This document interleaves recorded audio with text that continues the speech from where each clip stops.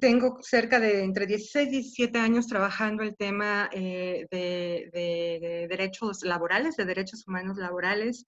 En algún momento también, gracias a la Fundación Eber, tuve la oportunidad de trabajar en la frontera norte, en Ciudad Juárez, y de ahí comienza, digamos, la inquietud de mirar cómo converge el tema laboral con la migración, pues por la realidad que se vive, sobre todo en este punto conocido como la NAPRA, en donde se juntan, es como una torre de Babel, ¿no? Ahí se juntan las nacionalidades, pero también mexicanos y mexicanas que vienen de diversos estados, que están con pues esa intención de cruzar la malla, ¿no? Para llegar a Estados Unidos y poder acceder a una vida distinta. Platicando con ellos y con ellas en ese momento, había muchos problemas en la colonia en cuanto a luz, drenaje y estas cosas, y nosotras preguntábamos por qué no se organizaban, ¿no?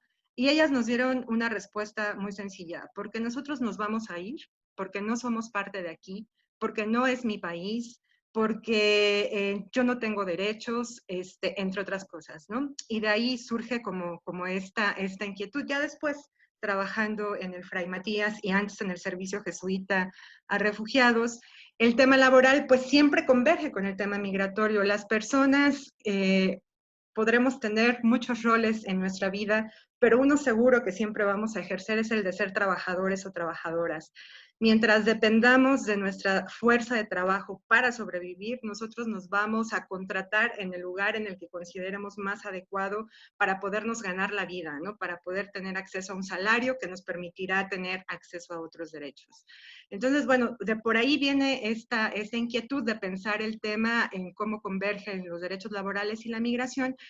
Y bueno, este documento, déjenme decirles que es una síntesis muy intensa, porque, bueno, yo me emocioné demasiado. De hecho, en algún momento pedí a dos de mis compañeros bueno, a una compañera y a un compañero que me pudieran leer, y yo creo que han de haber dicho: estás tan loca, porque me salieron 126 cuartillas, casi que la tesis de la maestría, ¿no? Casi que volví a escribir la tesis de la maestría. Pero fue muy rico porque intenté reconstruir como el tema histórico, ¿no? O sea, ¿qué fue lo que hace que en este país exista este rechazo? Porque hay que decirlo, o sea, existe un rechazo al extranjero en este país. Y es parte de nuestra historia, o sea, no es que sea ni bueno ni malo, no lo juzgo, sino que es parte de nuestra historia, ¿no? Yo creo que el hecho de haber sido conquistados, el hecho de haber sido colonia, es algo que nos marca profundamente, y en este revisar, digamos, la historia, pues lo primero que va a surgir como inquietud cuando México es independiente, por un lado, es que nos reconozcan como país independiente, que reconozcan nuestra soberanía, ¿no? Entonces, de ahí el que venga el gran rechazo en ese momento, sobre todo a los españoles y ya después a otras nacionalidades, ¿no? Y lo primero que va a surgir en este país son los ordenamientos que van a regular a la migración, ¿no? Pero que primero van a expulsar y que después van a decir, bueno, ¿cómo organizamos esto? O sea, tampoco es que tengamos tanta población como para poblar a todo el territorio que era en ese momento inmenso. Todavía no perdíamos, por supuesto, los territorios de Texas y Arizona.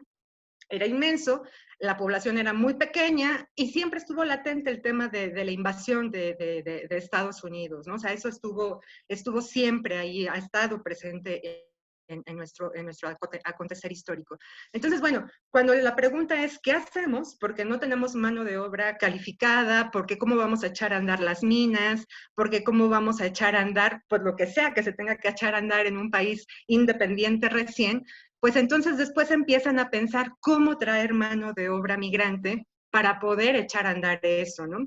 Pero nuestra historia va a ir y venir, ¿no? O sea, siempre, digamos, va a estar corriendo de manera paralela todo lo que va a ser nuestras relaciones internacionales, o sea, cómo vamos a recuperar o no las relaciones con Europa, o cómo vamos a construir o no nuestras relaciones con Estados Unidos, por un lado, y por el otro el tema del control migratorio, ¿no? Entonces, bueno, siempre vamos a estar en eso, y también algo que va a ser constante desde que somos independientes hasta la revolución, va a ser el reconocimiento, la necesidad de que se reconozcan a nuestros gobiernos, ¿no? Que se reconozcan nuestra autonomía y nuestra soberanía. De hecho, ese es el gran aporte que hace México, ¿no? con la doctrina Estrada y con la doctrina Carranza en algún momento, el aporte que hace México es todo el tema de soberanía y la autonomía de los pueblos, ¿no? Y está recogido a nivel universal, o sea, es esa necesidad, y no solamente para México, ¿no? Sino para todos los países de América Latina que en ese momento estaban en ese proceso de consolidación de la independencia. Perdón que me vaya para atrás, pero es que este recuento histórico es muy, muy importante de hacerlo, porque nos permite ubicar en qué momento se dan o no los derechos, ¿no? Sobre todo el tema de derechos laborales. Entonces, bueno, estamos hablando además de un momento histórico en que solamente se nombraban los derechos civiles y políticos, pero todavía no como nosotros los concebimos hoy, ¿no? Se empezaba a hablar de los derechos de los hombres y del ciudadano, ¿no? Algo por ahí quedaba recogido en nuestras primeras constituciones, sobre todo en la del 57, ya más claramente en la del 17, pero no va a ser sino justo hasta la del 17 cuando el tema de los derechos sociales va a venir a la mesa, ¿no? Y tiene que ver con el derecho al trabajo, las demandas de las huelgas de Cananea y de Río Blanco van a ser fundamentales, la influencia de los hermanos Flores Magón va a ser fundamental para la construcción de los derechos laborales, y bueno, va a quedar recogido toda esta, digamos, toda esta ideología, toda esta influencia que hay, va a quedar recogida en el artículo 123 constitucional, ¿no? Pero bueno, estamos entonces con que siempre estamos buscando ese reconocimiento. También los gobiernos que surgen de la Revolución Mexicana van a estar siempre peleando por ser reconocidos. Claro, ahí ya perdimos el territorio nacional. Y está este gran sentimiento que surge entre la base, ¿no? Entre la clase campesina y trabajadora, que fue fuertemente explotada por los inversionistas extranjeros, sobre todo de Estados Unidos, algunos de Inglaterra.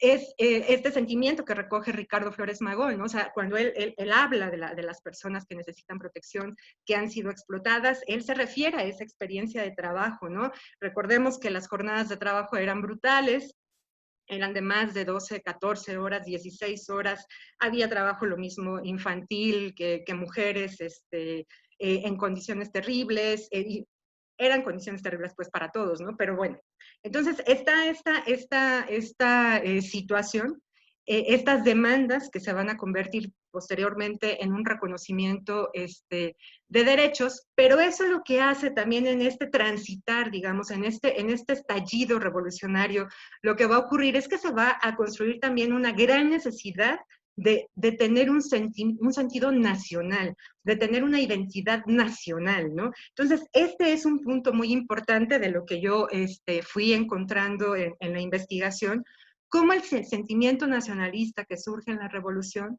va a permear a todas las instituciones que se van a ir consolidando posteriormente, bajo el gobierno de Álvaro Obregón, bajo el gobierno de Plutarco Elías Calles y sobre todo bajo el gobierno de Cárdenas, ¿no? O sea, esos gobiernos van a ser muy importantes porque son los que van a empezar a perfilar las instituciones que van a conformar al Estado mexicano, ¿no?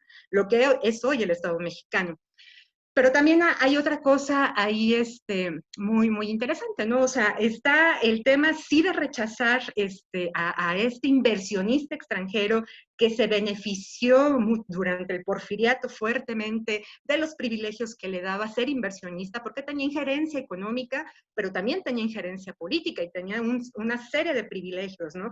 Al perderse estos privilegios y estar en esta necesidad de construir un sentido nacionalista, es cuando el extranjero es mal visto, ¿no? Y en la Constitución, ahora lo podemos ver todavía muy claramente, por ejemplo, el artículo 33 es un artículo que hay que tener ahí muy presente, el artículo 32, en donde se habla de que solo las personas mexicanas, o los ciudadanos mexicanos, que es otra palabra importante a recordar, el tema de la ciudadanía, serán los que tengan una serie de derechos y además serán preferidos para los trabajos que se desarrollen, ¿no?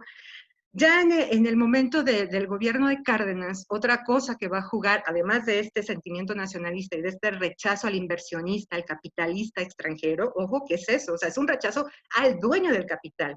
Esto en el gobierno de Cárdenas va a tener digamos, otro giro, porque lo que hay también es una necesidad que va a marcar los siguientes gobiernos también de consolidarnos como un país que inicia un proceso de industrialización, ¿no?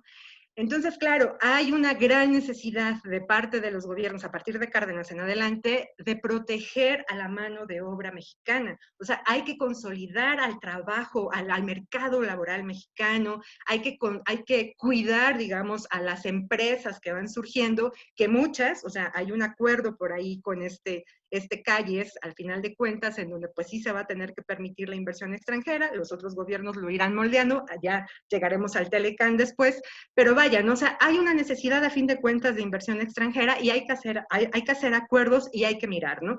Pero digamos, el fin en este proceso de industrialización es cuidar el mercado de trabajo, consolidar la mano de obra, fomentar su profesionalización e incluso impulsar carreras en la universidad, de ahí también que surja el Politécnico, para poder tener perfiles adecuados que lleven a cabo ese proceso de industrialización en el país, ¿no?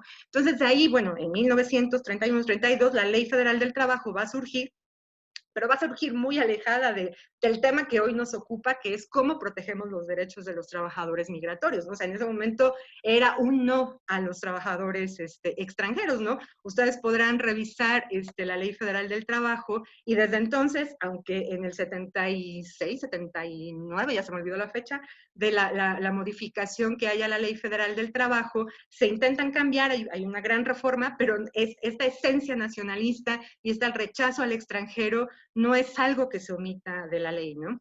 Entonces, bueno, en ese cuidar el mercado quedan excluidos los trabajadores migratorios, o sea, los trabajadores migratorios que dependen de su fuerza de trabajo. No estamos hablando de los capitalistas o de los dueños del dinero, ¿no? Estamos hablando de la mano de obra que va a ser expulsada gracias a ese sistema capitalista, ¿no? Y entonces, bueno, vamos a tener en los 70s, digamos, me detengo un poquito y regreso tal vez. En la historia de América Latina, tenemos diversos momentos en donde personajes importantes de la política de otros países buscaron asilo en México, pero era un asilo político, ¿no? O sea, todavía no estamos en este parteaguas que nos hace la Segunda Guerra Mundial, cuando se construye la figura del refugiado como tal, ¿no? Hay personas que van a buscar protección acá. Me parece que es un peruano, la primera persona que va a recibir refugio aquí en México. Y después vamos a tener a personajes guatemaltecos, nicaragüenses, en fin, ¿no? Porque además, considerando este tema de la Segunda Guerra Mundial, el parteaguas ideológico que se hace a partir de la Guerra Fría entre capitalismo y socialismo, es importante, ¿no? Entonces, bueno, eso va a marcar, por supuesto, a la región y a Centroamérica la va a golpear fuertemente, ¿no? O sea, yo que les puedo contar, creo que todos los que estamos aquí, todas las que estamos aquí, sabemos lo que ocurrió en los 80s, este desplazamiento masivo que va a marcar a México, ¿no?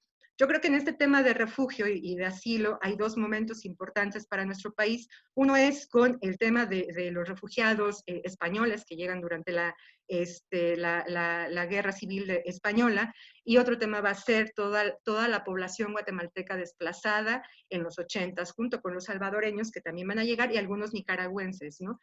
Por supuesto, también tiene que ver todo lo que va a ocurrir en el cono sur con las dictaduras. O sea, esos periodos nos van a marcar, pero sobre todo Guatemala y España son importantes. Guatemala, bueno, España porque nos da una imagen, digamos, hacia afuera, ¿no? O sea, de un país que recibe, que acoge, que cuida, que es hospitalario. Guatemala va a venir a reforzar, pero Guatemala lo que nos da es forzarnos a tener una institucionalidad que atienda a las personas refugiadas, ¿no? De ahí va a surgir lo que es la Comisión Mexicana de Ayuda a Refugiados, la COMAR actualmente, va a surgir un acuerdo con el ACNUR pues para proteger a esta población, va a estar el tema de los campamentos. Sin embargo, aunque eso está muy bien, hay pues cosas que van quedando medio ocultas y lo cierto es que a pesar de los acuerdos de paz, no todo fue bueno para las personas, ¿no?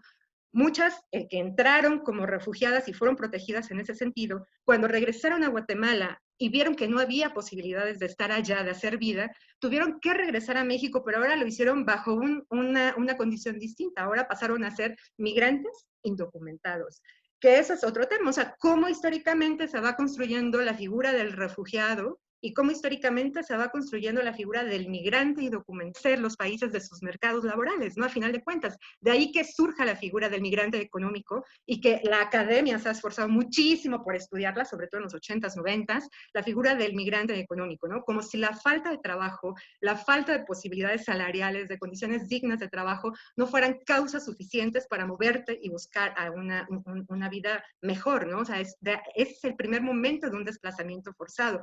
Pero claro, como el sistema capitalista se alimenta de la explotación laboral, no es conveniente nombrarlo, ¿no? O sea, no es conveniente decir que sí, que el sistema genera un desplazamiento de mano de obra por las condiciones que están en sus países, ¿no? Sino que lo nombran como un migrante económico y además le ponen características y entre esas características está la voluntad, ¿no? O sea, el migrante va a salir porque ha hecho un juicio racional que le permita tomar la decisión de salir de su país para buscar una vida mejor y entonces mandar las remesas, que ahora hasta aplaudimos que nos envíen remesas, cuando es terrible que la gente tenga que salir y tenga que mandar remesas y los estados no alcancen a hacer las protecciones sociales a los que están obligados, ¿no?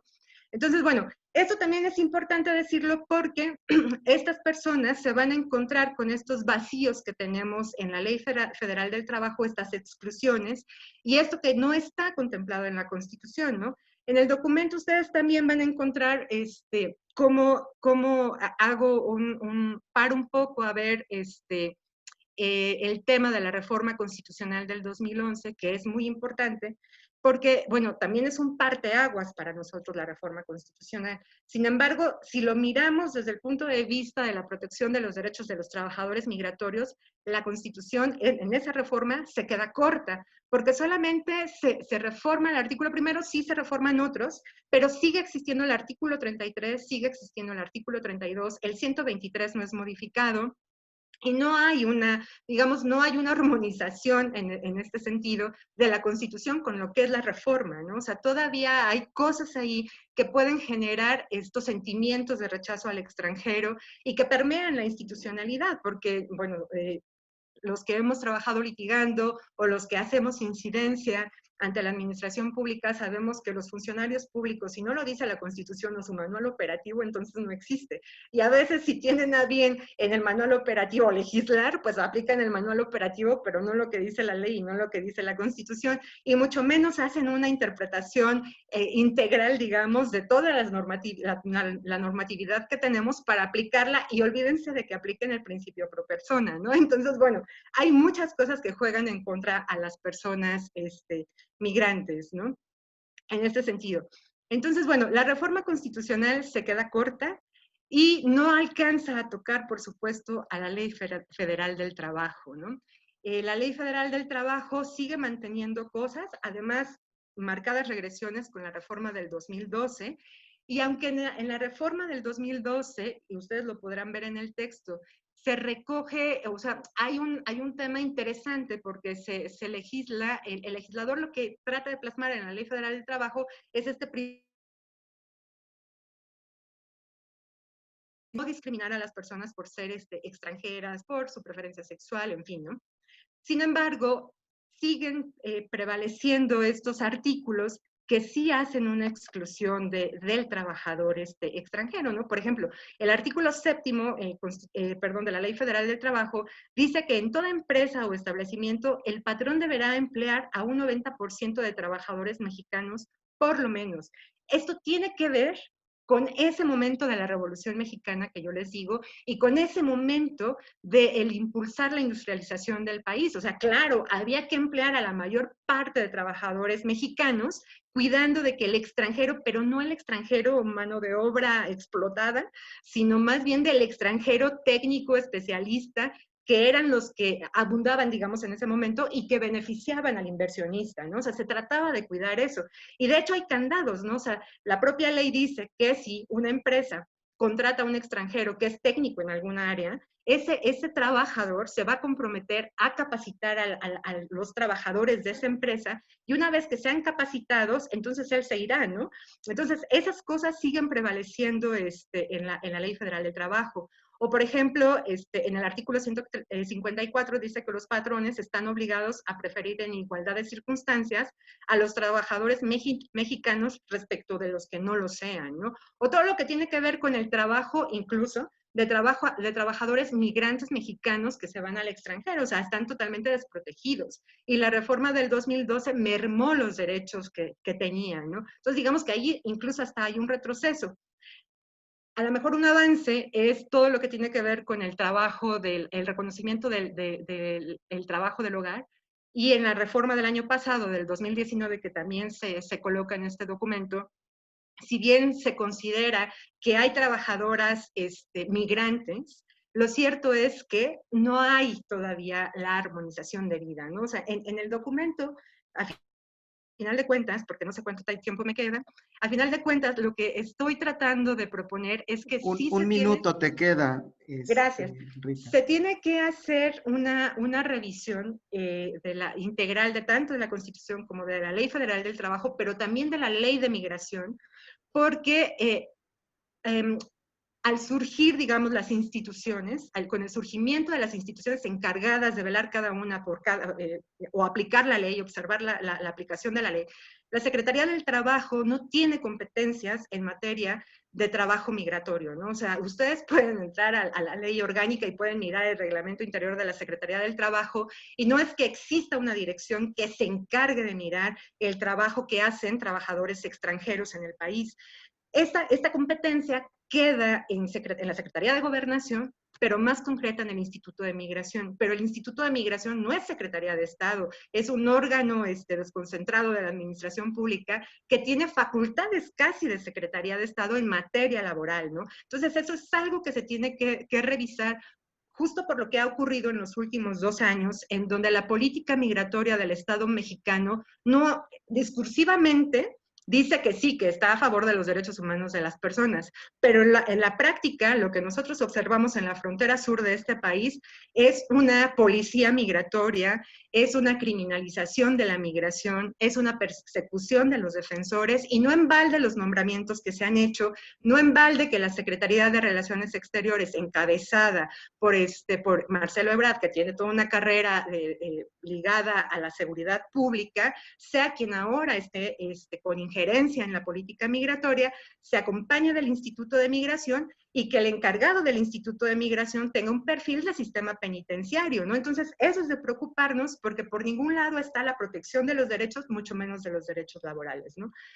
Y una reflexión en ese sentido, implica revisar la ley orgánica de la administración pública, revisar las competencias de cada una de las secretarías, dotarlas a cada una de lo que deben, y obligarlas en consecuencia a velar porque se cumpla, pues, en este sentido, la ley, federal del trabajo, en cuanto al alcance que pueda tener en este momento de protección. Sin embargo, repito, es necesario revisar estas leyes desde una mirada de derechos humanos y sobre todo de protección de personas migrantes, para tratar de armonizar lo que nos dice la Convención de Trabajadores Migratorios, que es por ahí como el eje articulador que yo propongo, porque a final de cuentas México fue quien impulsó muchísimo esa convención, fue de los primeros países en ratificarlo, y tanto fue el trabajo de México en ese sentido, de tratar de entender qué pasa con los derechos laborales, que pide una opinión consultiva incluso a la Comisión Interamericana de Derechos Humanos. La Comisión Interamericana da una opinión consultiva, que también ustedes van a encontrar en este documento y que es parte de la reflexión, en donde dice, y esto es fundamental, los derechos laborales no tienen nada que ver con la condición migratoria. No importa si eres migrante regular o no eres migrante regular. Los derechos laborales surgen de la relación del trabajo, surge de esa relación subordinada en donde hay un salario de por medio, donde se cumple una jornada de trabajo. Los derechos laborales surgen de esa relación empleador y trabajador, patrón-trabajador. Es ahí donde surge. Nada tiene que ver la condición migratoria. De ahí la urgencia de que el Estado mexicano haga estas revisiones y proteja, ¿no? Hacer estas revisiones también permitiría, por ejemplo, que la inspección del trabajo pudiera tener líneas claras para saber en su momento qué inspeccionar cuando vaya a los centros de trabajo y ver si se están cumpliendo o no los derechos de los trabajadores migratorios, ¿no? Entonces, bueno, este documento no es otra cosa que una puesta, digamos, en la mesa de diversos elementos, porque también coloco temas de regularización migratoria. O sea, es cierto, o sea, los derechos de los trabajadores están ahí por ser trabajadores, pero también es necesario que pasen procesos de regularización migratoria para que accedan a servicios, que no a derechos. Los derechos sociales no son servicios, son derechos y todas las personas tendrían que acceder. Para que accedan a otro tipo de servicios, estoy pensando en servicios bancarios o estoy pensando en poder celebrar tal vez un contrato privado de renta, en fin, ¿no? Entonces, bueno, ojalá se den el tiempo de leerlo, ojalá puedan también hacer una retroalimentación, sobre todo considerando las especialidades de quienes están escuchando esta conversación, porque creo que hay mucho, mucho que trabajar y sobre todo hay mucho que difundir. Las personas migrantes no conocen, no se saben sujetas de derechos laborales, es importante hacer una difusión en ese sentido, es importante que con lo que está hoy, las autoridades también se sensibilicen a que están obligadas a proteger y garantizar esos derechos, y bueno, los empleadores también tienen que saber que están obligados a cumplirlos. Entonces, bueno, yo le dejo por aquí. Muchas gracias. Muchas gracias, Rita.